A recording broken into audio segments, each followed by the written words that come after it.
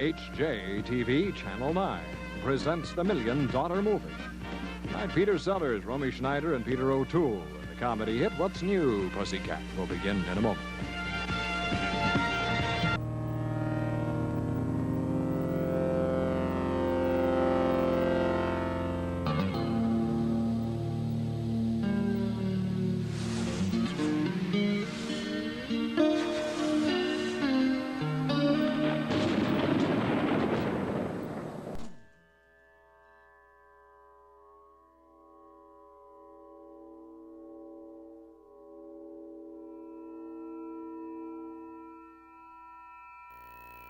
It's Grace Slick, and this is Paul Kantner.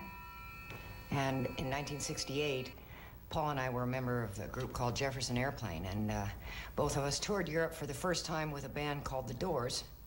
And what we're going to do is talk here a little bit about what we can remember of that period of time.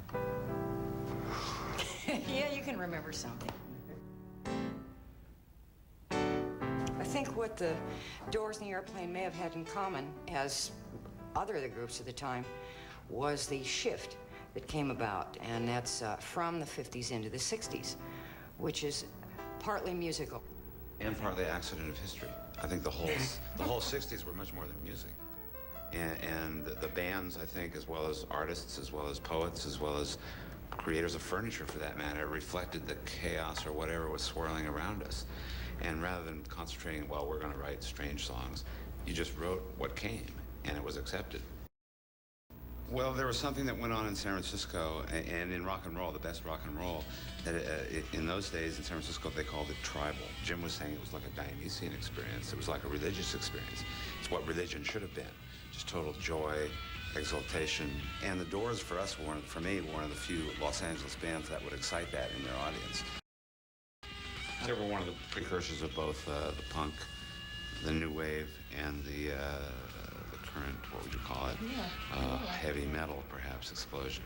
You can see Jim aped in all of them in various successful and less and more successful ways. You can see people who've either taken or absorbed his mannerisms.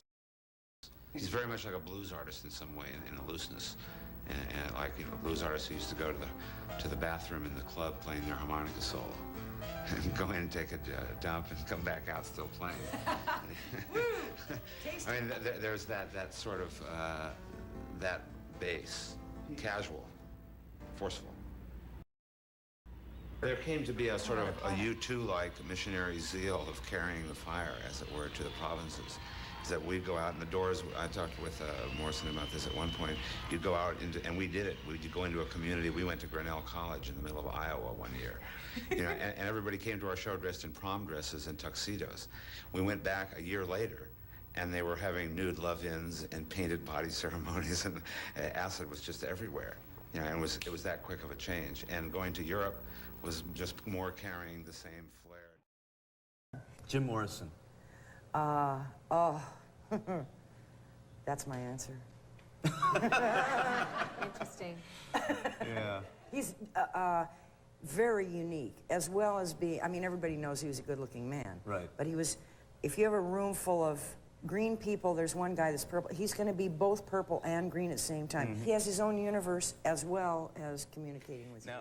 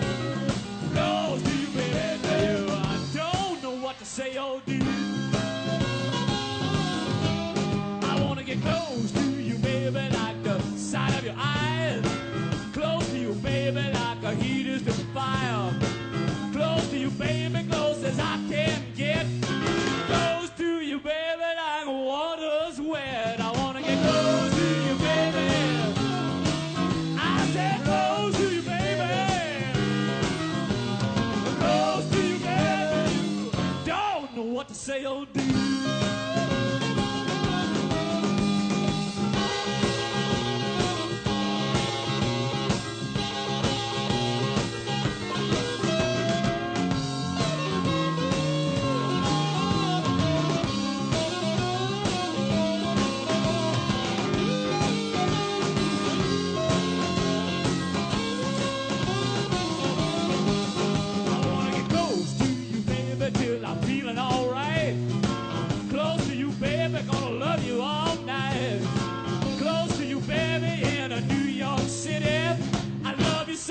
much, woman, you know it's a pity. I wanna get close to you, baby.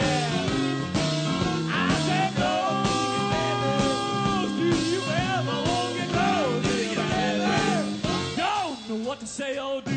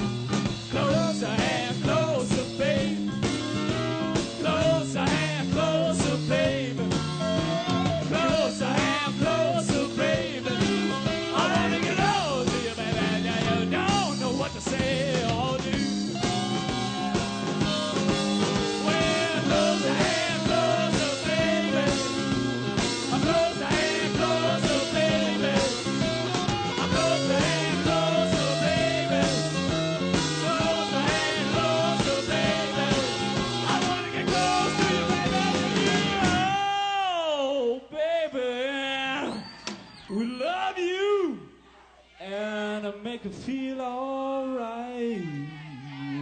Make me feel alright. Make Robbie feel alright. And you make John feel alright. And you make Jim feel alright. And we want to love you so much till you don't know what to say or do.